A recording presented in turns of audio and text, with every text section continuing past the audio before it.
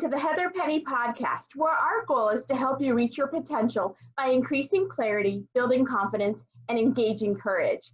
Heather is a leadership coach, trusted advisor, and admired author. I'm Christina Morales. I'm a writer and marketer, and Heather is my dear friend and confidant. And we have such amazing conversations that are so deep and meaty that we just felt that people needed to hear positive messages and have tools for addressing the things that are going on in this world right now. So Heather, thanks for letting me start this podcast with you and to help so many people. Thank you, Christina. So I'm really excited about today's topic. It's the Belief Snowball. We're going to share about what to do when you feel stuck. We have all been there. We feel trapped in a job, or we'd rather sit on the couch and eat potato chips than go for a run. I mean, both of my hands are in the air for that one. And we wonder, is this all there is to life? We just get stuck.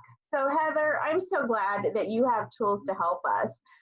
There was one time in my life where I felt completely trapped in depression. And a lot of people, they don't want to talk about it. I mean, you're basically standing naked, sharing your emotions when you talk about depression. For me personally, I was battling infertility for 6 years. I had chronic pain.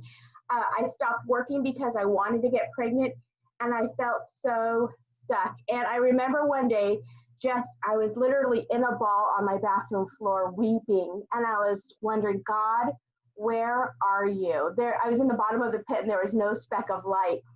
And I'm sure I'm not alone in feeling that way. We've all been in those pits, curled, maybe not curled in the bathroom, but we've all been curled up in a pit, wondering what's next. So Heather, how do you address someone who's in that situation? Well, the first thing I would say, you said it yourself, how would you address someone? We're not made to do life alone. Mm-hmm. So part of the deep heartache and the deep pain is being curled up on the bathroom floor alone, mm-hmm. Right? Part of the gift is someone curling up on the floor next to us, yeah. And sharing that pain. So I would say the first thing is find a trusted friend, partner, coach, therapist, spouse, I don't care, fill in the blank of what works for you in your life, but find that safe person to stay in the journey with you and mm-hmm. walk with you in it. The other thought I would say is there's no shame in needing help, needing support. Many of us don't want to reach out because we're too mortified about the fact we are curled up on the bathroom floor. Mm-hmm. And it's not something you want to shout from the hilltops. It's not something you want on the front page of the newspaper, you know. I think it's this awareness of letting yourself reach out and have some of those key people to reach out. As a professional, I would be one of those people that they would reach out and I would say, it's all going to be okay. Mm-hmm. I'm not even going to pretend to know the answers to your life, but I'm going to stay in it so that we can get up off the floor. We can move out into our world. We can start taking one step after another step, and I'll stay in the journey till one day you're flying again. Mm-hmm. And I believe not just in that potential flying, but I do believe in the process of the journey. I think it would be very cruel for me to walk into that bathroom and start yelling, get up, go fly, Christina. Right. Come on, you can fly. That is not the moment for affirmations. Right. And I'm sorry, I don't mean to make light of your story, but I've been in the same position where I've had the right people step in and say, they'd curl up next to me and they help get me through it. And I've had the wrong people who think that if they say the perfect affirmation or prayer or action, that I should just be immediately healed because our pain can make other people uncomfortable. So being comfortable with the pain and choosing people to be comfortable in it with you. So you're being comfortable with the pain, but this is where we can get stuck, right? Those of us who say, yeah, I'm a person who lives in pain. We have this agreement inside of ourselves that we are a person who lives with pain and depression and sadness. That can get us stuck. What we want to do is honor the pain, but hold the hope at the same time. And that's a tricky tension to hold because when you're in the middle of pain and depression, anxiety, and I've experienced all of those, I just need a thread of hope, just a thread, you know. Right. But I don't think I can handle a wave of hope quite yet, or a blanket of hope, I should say, using the same That's metaphor. good. Yeah. It's just one thread after another until I can weave my blanket of hope again and wrap it around me. Mm-hmm. And it's true, like my husband Vince is incredible, and I would at night I would just cry in my bed, and he would just wrap himself around me, and it was a hard time, but I'm so grateful for it because our marriage was so strong after that and continues to be in all the trials that come after because we went through that valley together and we have that camaraderie and that devotion through that time. And so it was awful and I never want to go through it again, but I'm glad I went through the journey because you come out stronger. It's it's the refining fire. We come out stronger. What did you learn going through your valleys? Well, I've gone through several valleys. You know, that's the big myth that we have one valley. Yeah, true. No, it's Mm-hmm. more of the shock and awe of the first valley. But that's where we learn the coping skills to say when the next valley comes, not if, but when, I Mm-hmm. now know what to do. I know who to reach out to. I know how to comfort myself. I know how to shut down the shame and the guilt. I know how to slow down life. And these were things that I had to learn. It was more in my 20s where I was hit pretty hard with some strong depression and anxiety. And I honestly did not know what was going on. Mm-hmm. And I have a sweet, dear husband. I was married for 5 years, and he too is one of my dearest, bestest friends. And he didn't know what was going on. So Mm-hmm. it was one of those times where I'm like, I think I need professional help. But I had to struggle with that because I felt so much shame in that. Right. You know, Mm-hmm. I thought, am I turning into this really needy, broken person? No, that was a false belief that I'm a needy, depressed, broken person. And that's what I was grappling with.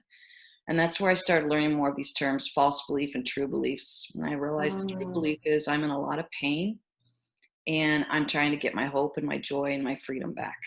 Mm-hmm. And I get to have the help to do that.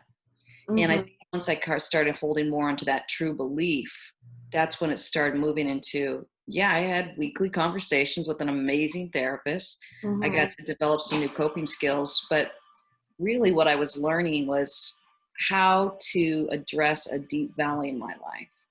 Mm-hmm. So when other things happen, like my father dying or significant fail in my business, you know, whatever these deep pains are that can really bring on that sense of shame or really blowing it in life or an unanticipated crisis or loss that can just derail us and we have no control over it. Mm-hmm. I learned some key things. Check your beliefs, push Mm-hmm. out those false beliefs, grab onto your true beliefs. Reach out to key people that can help you hold those true beliefs and push out those false beliefs. Mm-hmm. And honestly, slow way down in life. You know, I have to Mm-hmm. picture myself kind of shifting down from fifth gear to first gear. Mm-hmm. And what do you do during those slowdowns? How do you heal? Yeah, I schedule less. I block out days, sometimes weeks. I sleep in. Little things. I Yeah. let myself take naps. I'm not a huge napper, but I try and create a different rhythm for my living. Okay.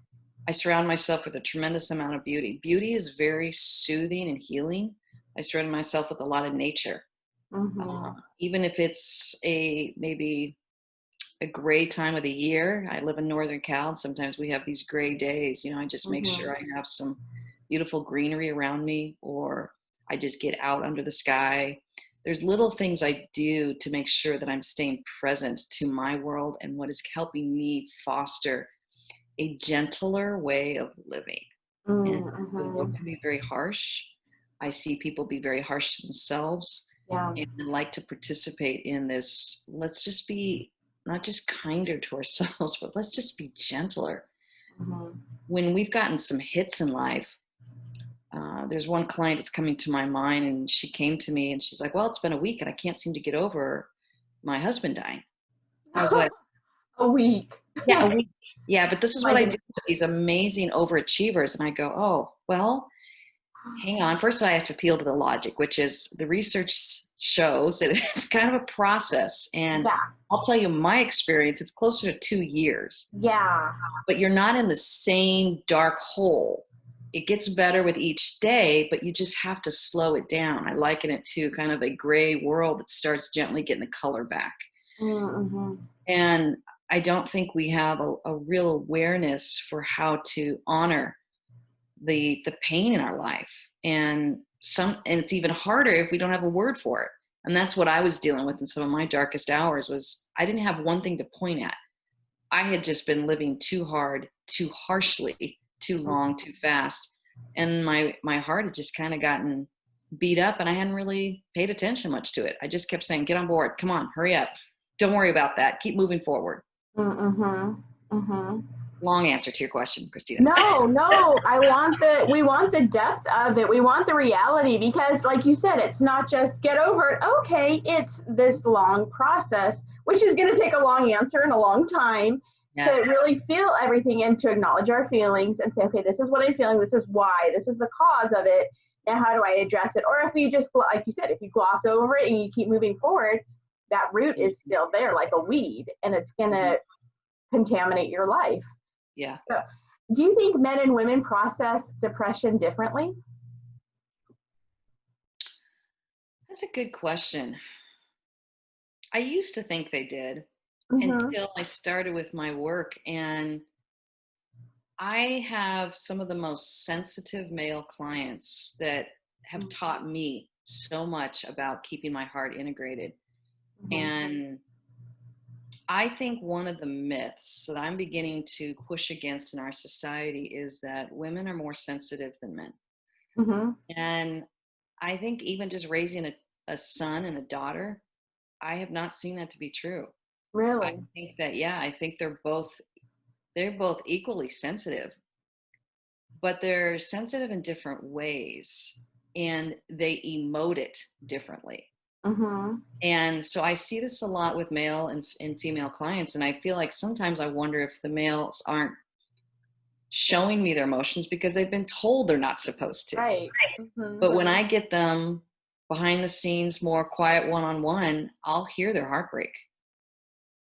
They're sobbing, they're crying about different things that really hurt, or maybe they're not even crying, but that doesn't make their pain any less stronger than what the woman might be going through.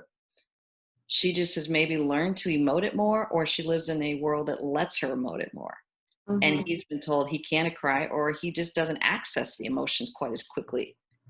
Either way, it's been very fascinating to me to honor the human journey and watch people deal with their grief and their shame and their pain, and to try and give them the permission to honor it and to slow down enough to honor it, and to just be that quiet presence that says, this is very hard. It's very painful. There's no quick fix, but you're going to be okay. And I'll stay with it, with you in it. And then I try and really ask, what do you want and what do you need right now? I try and feel that out. Some people really want the help to move forward.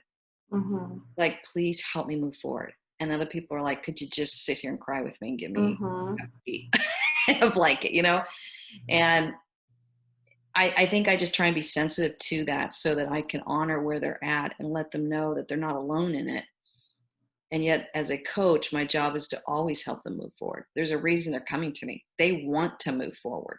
Mm-hmm. It's just how they move forward and how we do it with the most amount of grace and mercy and kindness and gentleness. This is what I'm always looking for. Mm-hmm. And so part of the process is talking it out. Is it journaling? Is it painting? Like, what can we physically do to move forward and to keep the progression? Well, yeah, I think one of the things that I've seen, this comes out in the research, is when we get engaged the right side of our brain, we can heal faster. Mm-hmm. So I'm all about, hey, let's get that right side engaged. And I'll be honest, that's what I've experienced. So when I was really, struggling with my depression and anxiety 20 plus years ago, it was me starting to do art. And I never even did art before. I didn't even know as an artist. You can kind of see it in that frame, there's a painting. That was one of the first paintings I did. And it now hangs in every office that I work in, just because it reminds me of where I've come from. And it's a kindness and a gentleness that I was really trying to give myself and to honor. It was also reaching out to God in a way that I needed to find a conversation that I'd never had with him or her.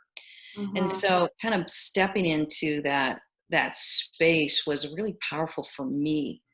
And I look at fast forwarding now and I go, oh, if I can engage the right side of the brain, it could be sitting down 10 minutes of doodling. It could be reading someone else's poetry, because that's kind of a right side of the brain. It could be listening to music, a song. That's also another way we engage the right side of the brain. I really encourage people to do that. Oftentimes people go, oh, I'm not an artist, I don't want to draw. And I go, that's fine. Just sit there and color and doodle something. I don't want to sit still. That's fine. Listen to a song and go on a run. I don't care. There's so many ways to do it. I've even had people tell me going, well, no, I'm not right side brain. I don't have that creative side of my brain. And I go, yes, we all have two lobes. Right. Whether you want to admit it or not, we do. And how you engage it gets to be your choice and your journey. But to deny that it's there is only going to cost your grief and your pain much longer. So I think that's the first thing. I just always try and help people to find how they engage that right side of the brain, because it's almost like our blankie or our pacifier as an adult. It just soothes us immediately. And you'll notice that if you listen to a song, or if you sit there and do coloring, or just, I call it Zen doodling too. There's a whole process out there. You can do so many different things, sewing, knitting, anything like that. But anything you're kind of just moving into the right side of your brain allows you to just start feeling more at peace inside. And right now we're in COVID-19, we're in shelter in place, and a lot of people are just feeling stuck. So what advice would you give to people who are sheltering in place? And there's a lot of craziness right now. Yeah, I think it's more important to create the cocoon around you. I encourage people, create your nest. It's a term I use quite a bit. Create your incubator and invite your beautiful people in your life into that space, whether it's physically or metaphorically. We're very particular, even just who we allow in our home. We want, when we bring people into our space, if it's physically, we are inviting them into our nest, so to speak. So we take that really seriously, and I encourage people, take your nest seriously. Take your space, your physical space around you seriously. Take your emotional space around you seriously. Do you want to invite people into more hatred or more love? Do you want to invite them into more fear and anxiety, or more peace and rest? I think learning that you can kind of carry your world around with you is very powerful awareness that many people do not live with.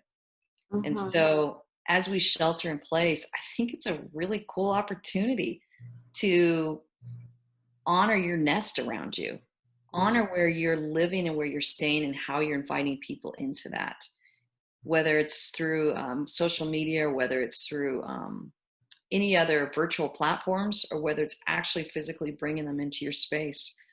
Be more intentional about that. Enjoy that space and create your space. Maybe for the first time. I have some clients who, for the first time, because they're being forced to work at home, they're like, I want a meditation room. I want an art room. I never did clean out my closet. I want to get that cleaned out. All sorts of stuff is starting to happen as I encourage people, look at your space. It could be really practical, like clean out your sock drawer. It could be really beautiful or different or unique, like create a little meditation corner. It's so different for every person. I always want to honor, what is it that you need in order to find your peace in your space and really start creating your nest. And as we do it physically, it starts also happening emotionally. And we go more to the heart. What is it that you're bringing into your heart? Are you bringing in more relationships that support and cultivate a world of hope and peace and love? Or are you bringing in more relationships that are bringing in more anxiety, fear? Because both are contagious.